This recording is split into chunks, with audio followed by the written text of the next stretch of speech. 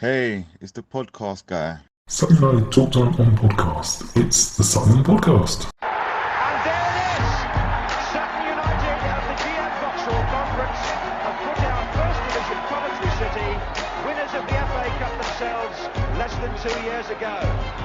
And what a moment to enjoy for the fans of this Surrey side. They've had their moments before, but never one like this. But the whistle goes down. Delight for Sutton United. Sutton United from the National League are through to the last 16 of the FA Cup. No longer English football's perennial non-league club.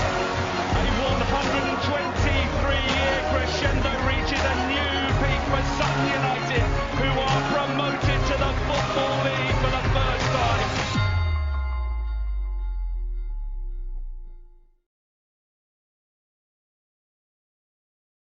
Hello and welcome to another episode of Sutton United Talk Time on podcast in association with Lucky Star Gym. Say another one, it's the last one of 2023, number 70 of 2023. I'm your host Mike as always, and joining me today is Mark, and he will give us his thoughts on the Gillingham match. And also look forward to Notts County next year.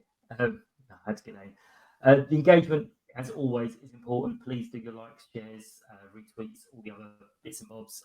It is really, really appreciated, and it just gets the word out, and you don't have to suffer to listening to me alone. Mark, how are you? It's been a month since you've been on. Did you have a good Christmas? That long? Yeah, it was okay. It was a bit dull, but I got through it. Perfect. Boxing Day was a bit more exciting than Christmas Day. Let's put it that way. Often is a good football back. So club news. There's only one thing to discuss really is shortly after recording, AV decided that he was going to step down as a director. Still involved in the club, much the same way as Dave Fairbrother did start of last season, I think it was. So it's still involved in lots of the day-to-day stuff, but stepping down as a director, we obviously thank him for everything he's done, all the hard work. One of my funniest memories was him walking through the car park with a pile of Fox wastage, let's say, on a shovel, saying you don't get the vice chairman of an EFL club doing this everywhere. But yeah, AV, obviously all your hard work's done, but don't worry everyone, strikers are key will continue, I'm absolutely sure. Probably continue for years and years. But onto the game. I didn't get a chance to do my lineup because I completely got messed up with the timings. I'm fairly confident I wouldn't have got more than my 6. But how are you kind of feeling ahead of kickoff, Mark? Well, like everybody else associated with Sutton, I was very impressed by the energy shown by the team at Wimbledon on Boxing Day. So I was hoping for a similar starting 11. That said, obviously it was the second game in 4 days. And half expected there to be some squad rotation, 1 or 2 players rested, and indeed that was the case. So we had a few changes from Boxing Day, some of which were probably half expected, maybe others a bit more surprising. Yeah, it's okay, got your second ever start for us. But on the other wing this time. On the other wing, exactly. I did say, oh my God, he's going to be one of those players that plays everywhere. I mean, first kind of 10 minutes or so, you expected Gillingham to be coming at us because they've lost a good few games now. They're the lowest scorers in the league. I think they've only scored 19 goals yesterday. Yeah. And we were going through a bit of a tricky spell, so we were hoping to take advantage of that. But we kind of weathered that a little bit and started getting into the game. Had a few chances. There was one where I think Harry left and it flashed across the goal and there was no one else there. There's another one, he headed it just wide. And we were definitely growing into the game. And then came the pretty much only talking point almost from the game. You were there in real time, watched it in real time. I personally thought there was a foul on Dion. a couple of seconds before the ball went back into the field. Harry and one of their players went in for a full-on 50-50. And how did you see the incident with Harry Smith and their player? Yeah, I didn't have a great view because it was down the other end from where the away fans were, and I wasn't particularly high up, so I didn't have the advantage of much elevation. So, I mean, I was a bit surprised when Harry was sent off. I mean, it didn't look to me from where I was in real time like a particularly bad challenge. But as I said, my view wasn't great. And the referee didn't hesitate. You know, he made the decision more or less instantly. So obviously there was no doubt in his mind that the challenge warranted a red card. And I talked to a few people at half time, and opinions were really mixed. Some people were saying, "Oh yeah, it was definitely a red card, no doubt about it." Others were saying it was a disgraceful decision. There's virtually no contact. And I believe Paul Loughlin, our photographer, who presumably had a reasonable view of the incident, felt that the sending off was very harsh from what he saw. And that mixture of views has continued into today, with some quite diverging opinions and views on the incident. Yeah, I mean, lots. I thought at the time it seemed a bit harsh. I thought he was going to get a yellow, which I thought was annoying enough because I think we'd already had Ben on a yellow as well at that stage. Yeah, and I just thought, well, hang on a second. He clearly got, not that he won the ball. You can't just go through someone and say I won the ball. I accept that. But the ball was gone by the time the other chap arrived. So I'm like, well, surely he's arrived late to the challenge. So therefore, isn't it a foul the other way? Well, he's arrived late. I know we're never going to get a foul the other way, but where the ball ended up and then the challenge happened, I'm like, I don't get it. But yeah, it was Mr. Rock who seems to fulfill our thoughts of him. I'm not saying that he does have an anti-Sutton agenda, but people seem to think he has an anti-Sutton agenda, and he certainly doesn't do anything to dispel those thoughts. No. He does like a card, not just for Sutton. He does like a card. I think yesterday was his 6th red card, and he got up to 95 yellows or something in this season or something.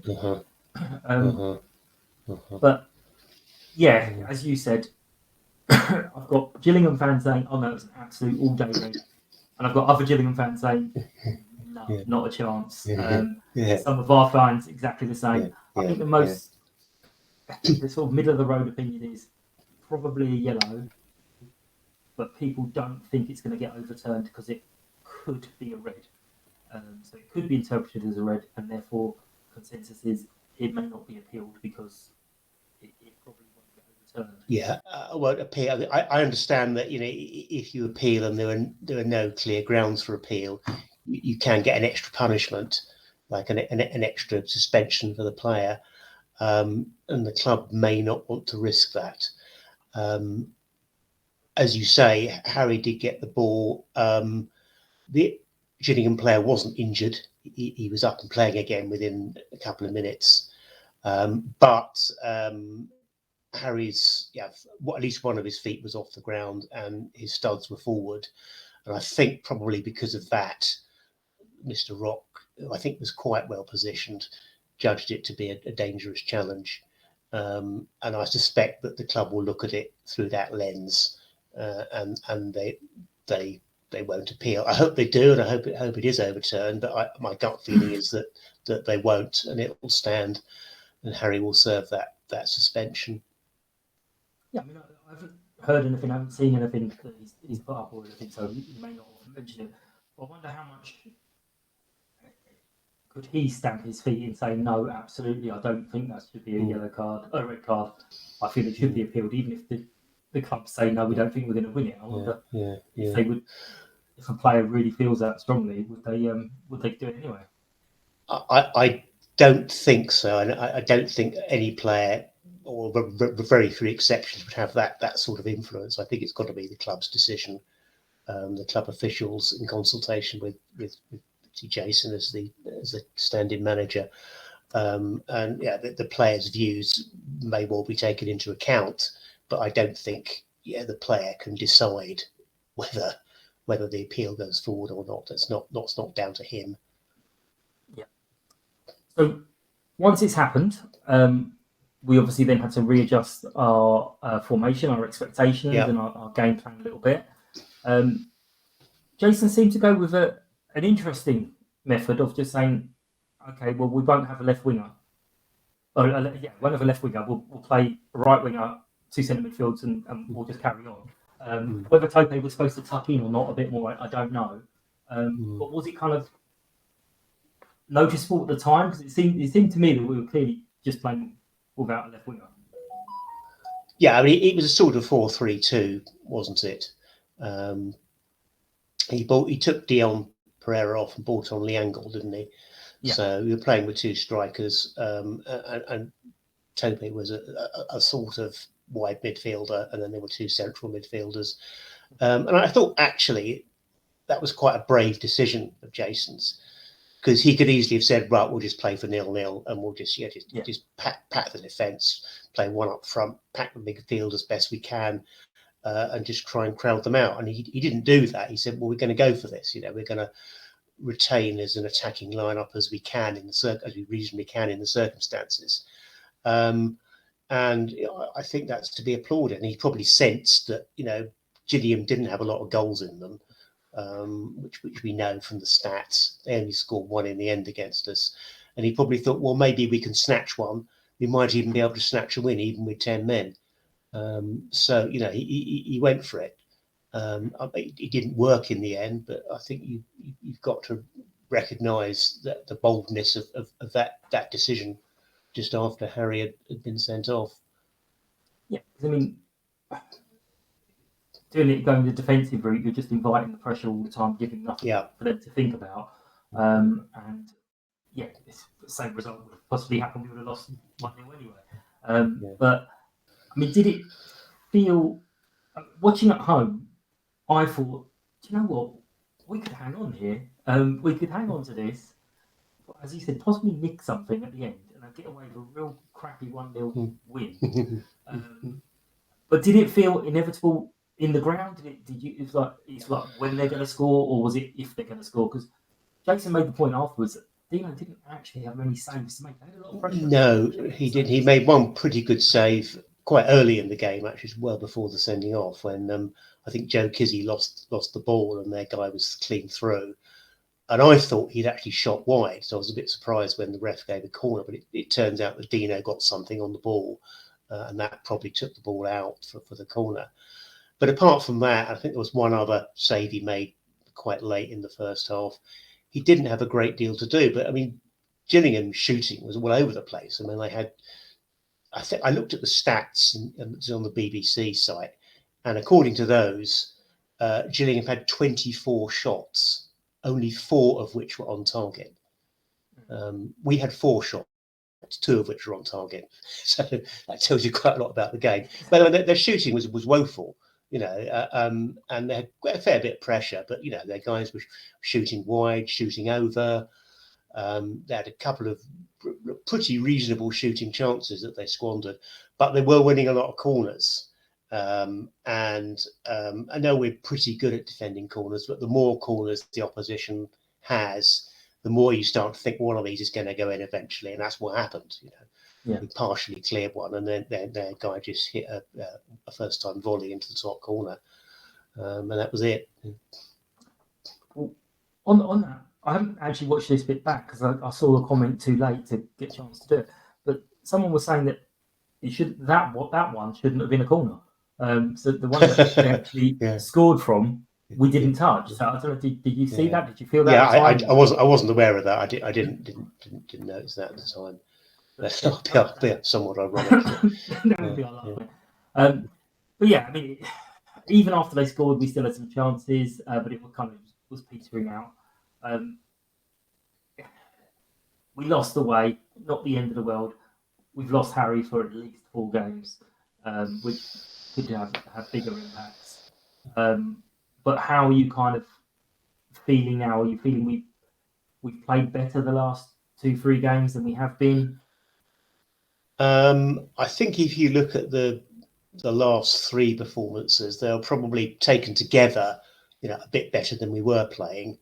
None of them was really poor. I thought we were okay against Mansfield. I thought we were okay against Gillingham, and obviously played very well at Wimbledon. But there's the feeling still, I think, that the team needs to raise its game if it's going to climb out of the relegation zone. A couple of mediocre, okayish performances and one good one, probably not going to be quite enough. You need to string a couple of good performances, a couple of good wins together, because we're still 6 points behind Colchester, and we really need to close that gap. And we've got some hard games coming up in January and February. Quite tough run of fixtures, and some of those games, it's very hard to see us getting anything out of. Mansfield away, for example. So I still think that the team needs to step up. There needs to be some significant improvement over the course of a run of games for us to climb out of trouble. That may happen. New manager, who knows? But on the basis of what I've seen over the last 3 games, yes, there's been some improvement, but I don't think the improvement's been quite enough. But then again, you've got to take into account the number of games. It's just 3 games in a week. There'd be 4 games in 10 days after Monday. That does take quite a lot out of players. At the same time, the same is true of the opposition. They're playing the same number of games, so that shouldn't make a huge amount of difference. Yeah, it's a tough one. Obviously, we don't know what the decision is, or if they're planning on giving it to Jason managerial wise. Obviously, that then has an effect on potentially players. And you've got situations where I'm not really sure how the whole loan system works, where Dino, Damani and Aidan were loaned till January. Now, I don't know whether that means till 1st of January or the 31st of January. So I don't know when they're expected to go back. I don't know. And would we make the decision and a new manager say, well, actually, no, I don't fancy them, or oh God, why did you let them go? I did really want them. But on players, I mean, it just shows how different it is. I mean, Ashley Nadston. It's Neasden, straight up wrong. Everyone was going mad that we got beaten to his signature by Gillingham. And as you say, they're the lowest goal scorers. I think he started, and they're just woeful. So it just shows you can't really tell with a lot of the players. But we are, obviously it's New Year. We're going to have a celebration, and we'll be back at it again on Monday. Newport, again, start of the season, you'd be looking at this game going, right, we're usually fairly well-matched sides, but we should win that game at home. How are you feeling about the Newport County game? Well, I suppose a lot depends on whether Harry Smith is playing or not, because I think without him we are, a lesser side. I mean, you don't want to put too much on one individual player, of course, but he's our leading scorer. He's a focal point for the attack, and I think without him leading the line, we're less of a threat than we would otherwise be. So I'd feel less confident if he were missing. We may have to start with Leanne Goal alongside Aidan O'Brien, assuming he's still with us, and that's a reasonable combination. But without Harry, I think we're going to be much less of a threat. I'd like to see Dominic Gate back in the starting 11. I thought we had a really good 45 at Wimbledon. As Jason explained, he's not played much football recently. He had this injury, and he was just rested yesterday. He was injured again. Jason didn't want to risk him 2 games in a row, but that rather implies he's set to play some part in Monday's game. So that's something to look forward to, I think. Subject. Jason seems to take advantage at the moment of the half-time substitutions being a freebie. So he's done it in a couple of games now. He's made a double substitution at half-time, which obviously doesn't count. So I know Dan posted out yesterday, we've made all our subs already. And I'm like, I think those half-time ones actually count. I mean, that's a fairly decent tactic, isn't it? Especially if you've got players who you're not sure of, rather than giving them the out. Yeah. You know, well, we'll give them the 45, and then we can Yeah, make our substitution. It doesn't cost us anything. Yeah. I mean, he explained that he took Ben off because he was on a yellow card, and with the mood that David Rock was in, he kind of see Ben getting a second yellow. So that was just to protect Ben from being red carded. I think, as at Wimbledon, Ben played the first 45. Omar came on for the second half, but for different reasons. And the implication was that had Ben not picked up that yellow card, he would have played more than the 45. But also, I thought Clay was going to get a second yellow because he was quite chatty to the ref after the game. Obviously, I don't know what he was saying, but he was talking to him for a very long time, and I'm like, it's gone. Go. So I was worried he was going to get himself sent off. But who? I mean, what needs to happen? I mean, what we ideally want is our game against Wimbledon against Newport County's first half against Forest Green, not their second half. But what kind of for you needs to happen for us to win the game? Do we need to bring more surprises or just go out and do it against Wimbledon? I think we need to get a grip of the midfield as we did at Wimbledon. I think we need to keep. It's Will Evans, I think, is our leading scorer. I need to keep him quiet. He got at least one of the goals against us at their place. He's got a lot of goals this season. So we need to keep an eye on him. And just, no silly mistakes, just show a bit of, organisation, discipline at the back. What I'm hoping is we do manage to put in 2 back-to-back performances in the league, because that means that by my birthday we could be out of the bottom 2. So that would be nice. That would be a very nice present. But I mean, what are the implications on the season? I mean, it's staggering that we've played so badly. Things haven't gone for us, and the luck's not gone for us, and all the rest of it. And yet we are still so close and not cut adrift.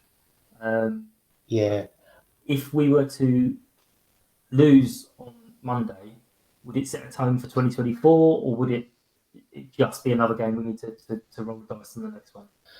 Well, I think with the managerial change coming up, there's going to be some sort of reset anyway. I mean, I gather that Jason has expressed an interest in being the full-time manager. So, obviously, whether he gets chosen will depend on the results during his interim period in charge. But if somebody new comes in, that new manager will have his own ideas, will probably want to bring in some of his own players. You might find a few of our players are shipped out. So there might be quite a few changes to the squad, as well as perhaps as the tactics. So everything's up in the air. I think if we continue as we have been this season, we're going to go down. We've been playing well about once a month, and that's not good enough. Putting in one really good performance a month and being mediocre or worse for the rest of the time is not good enough. It's not going to keep you in League Two.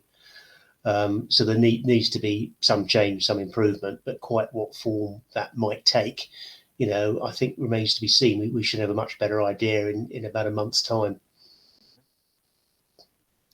Okay, well, despite the fact we don't know what's going to happen with any appeal for Harry, we don't know whether Aidan, Dino are likely to be with us on the 1st or the 31st.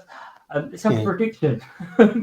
No idea of the lineup or what players we've got available, but what's your prediction for the game? I mean, I don't like doing predictions, and I nearly always go for a draw, so I'm going to do the same. I'm going to go for 1-1. Perfect. Okay. Well, everyone watching can see the codes on the screen, so do join in. I'm going to go again 1-0 Sutton. We've got to start grinding out some wins soon. I'm going to say that whilst rocking in my chair. Hopefully. But we're going to wrap it up. It was quite a short one, but outside of the red card, as you said before we started, there wasn't a great deal to talk about. So we're wrapping wrapping up this episode and 2023. As always, really appreciate everyone for listening, your attention, your feedback. Do the follows, likes, shares. I hope you've really enjoyed all of the 70. But there must, in 70 episodes, there must be something that you did enjoy. So let me know what it was. Drop me an email, suttonpodcast@gmail.com, and let me know. Big thank you to everyone for listening. Massively big thank you for everyone for contributing. I do get really embarrassed when people come up and talk to me, but I did have someone come and talk to me yesterday as I was coming home from work, and they said that they really enjoyed listening to everyone talking about Sutton United. I presume they mean all you guys contributing, not me waffling. So that's how I took it, and that's how I'm sharing it. So thank you to everyone and for contributing today. Thank you for Mark as well for today and all the other times. That's it. Thank you to Lucky Star Gin, and we will see you or hear you and whatnot after the Newport County game. We're doing it on the Wednesday, and things will start getting back to normal with dates and stuff until Easter, so it'll work out. Hope you all have a wonderful New Year's Eve and an excellent New Year when it comes, and take care. We will see you soon. Thank you. Bye-bye.